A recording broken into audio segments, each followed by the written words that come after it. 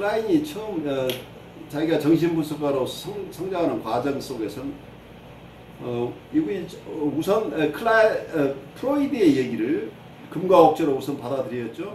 프로이드의 이론을 굉장히 중요하게 생각하고 프로이드, 특히 프로이드의 그 당시에 첨단 이론들을 앞서서 다른 사람보다 앞서서 잘 발달시키는데 기여를 하면서 또 한편에서는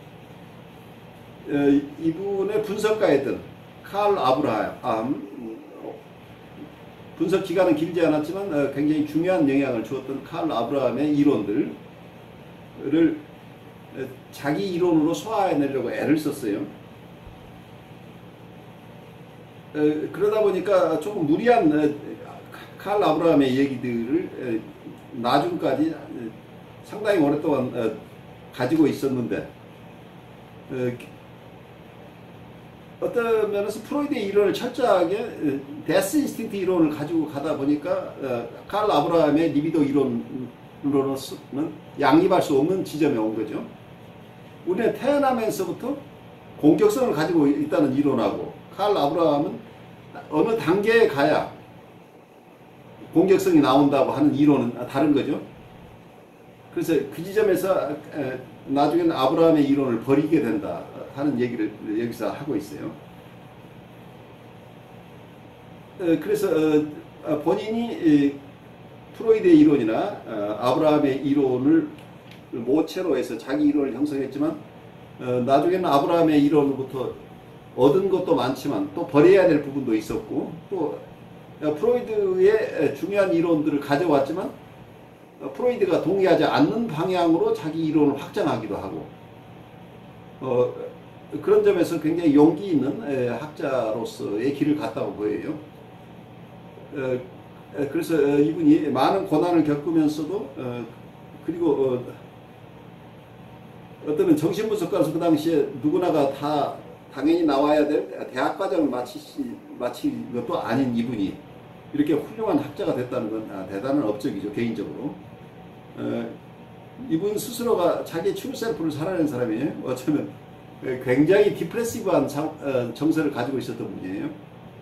어린 시절부터 자기 동기들, 형제들을 잊어버리고 또 자기 자녀도 잃어버리고 그리고 남편과 이혼할 수밖에 없게 관계가 안 좋았고 나중엔 자기 딸과 사이로부터 배척받고 그래서 이 사람은 처음부터 태어나면서부터 계속해서 많은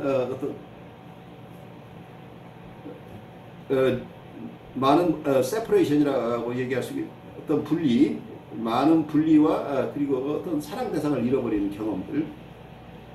그래서 이분은 어쩌면 이분의 경험 자체가 세퍼레이션 앵사이티라고 할까요? 어나이레이션 앵사이티라고 할까요? 멸절 불안 이런 것을 몸으로 겪은 분이 아닌가 싶어요. 그래서 이분이 철저하게 일어나한 어떤 패러노이 스키조이드 포지션이나 디프레시브 포지션은 이분이 살아온 엄청난 많은 상실과 분리로부터 이분이 체험했던 개인의 체험들이 정신분석 이론 속에 훌륭하게 승화되어 있지 않을까 이런 생각을 해봐요.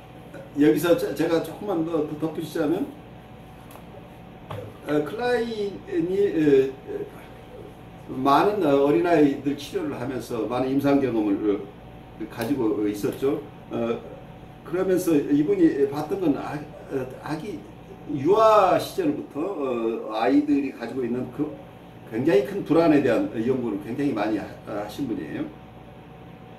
그래서 이분이 유아기 발달 단계는 아주 부분 대상의 관계, 부분 대상의 단계라고 하는 것과 그리고 분열적 심리 기제, 그리고 박해불안 이런 것들이 같은 시기라는 게 박해불안이 퍼스큐션 행사 어떤 박해불안이 심하고 분열적인 심리가 분열적 심리 기제가 지배한다는 얘기에서 방어로서의 분열을 사용한다는 얘기죠. 그래서 유아기 발달 단계 그 원초적인 자아는 분열적인 어떤 박해 불안이 있으면 박해 불안에 대한 분열적인 방법으로 어떤 방어를 하면서 보통 대상 관계에는 부분 대상 관계가 이루어지고 있더라. 대상 자체가 부분 대상이라고 하는 얘기는 굉장히 미닝풀해요. 왜냐하면 대상 자체가 어머니의 젖가슴을 예를 든다면 어머니의 젖가슴이 나쁜 젖가슴과 좋은 젖가슴을 함께 있다고 보지 않은 거죠. 각각 따로 분리하고 있다고 하는 것은 어떤 면에서는 나쁜 젖가슴하고 좋은 젖가슴이 함께 있다고 하는 것은 이 어린아이의 정서로서 감당할 수 없다는 얘기예요.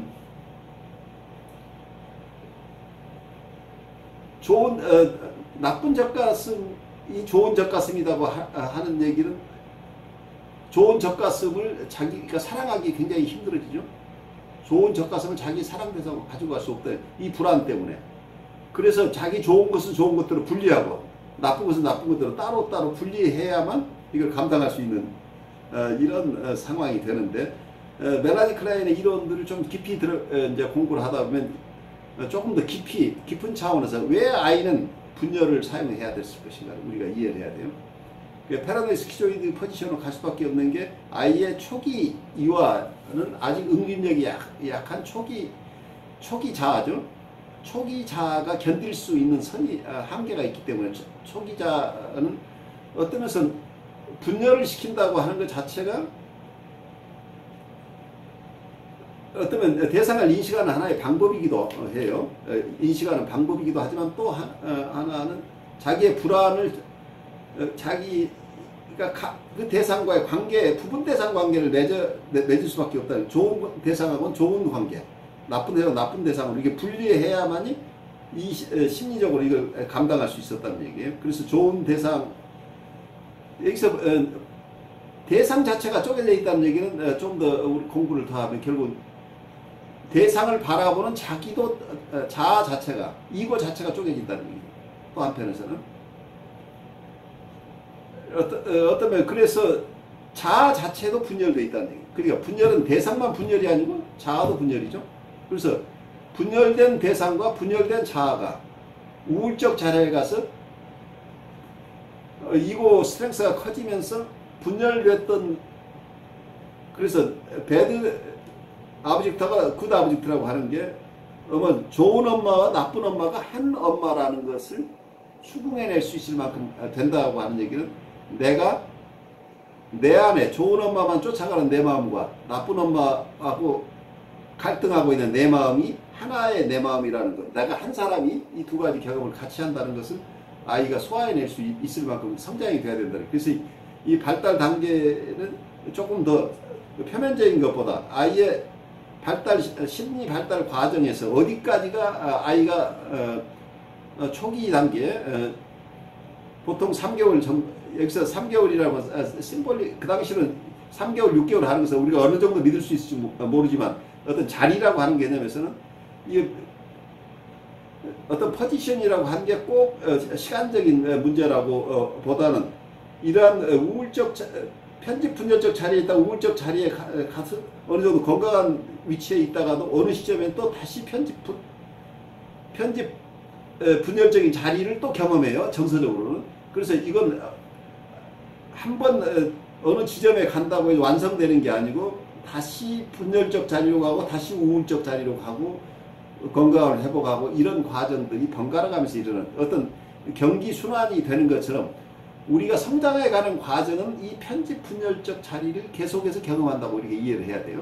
그래서 현대 클라이언들은 이거 한 번의 사건이 아니고 계속해서 반복되는 것을 이야기한다. 이제 이렇게 이해를 하는 분들이 많아요. 그래서 어린 시절에만 이 편집 불안을 겪는 게 아니고 우리가 우울적 자리를 지나서 건강한 상태에 와 있지만 또 어느 시점에서 우리 환경이 나빠지면 그때 또다시 편집 분열적 자리로 회귀하고 거기서 다시 통합해내고 하는 과정들을 우리가 반복한다고 현대 클라이언들은 이해를 하는데 우선 초기 이론을 우리가 멜라니 클라인의 얘기를 조금 더 이번에 깊이 들어보면서 나중에 제가 기회 되면 현대 클라이언들에 대한 이론도 그리고 그 임상 클라이언들의 임상 이론도 같이 한번 공부할 기회를 만들 생각을 하고 있어요. 그래서 가을에 이걸 어느 걸 할까도 생각 중인데 좀 보시죠. 여기서 이 개념들을 잘 이해하는 것은 우리가 내담자들을 이해하는데 아주 굉장히 중요해요.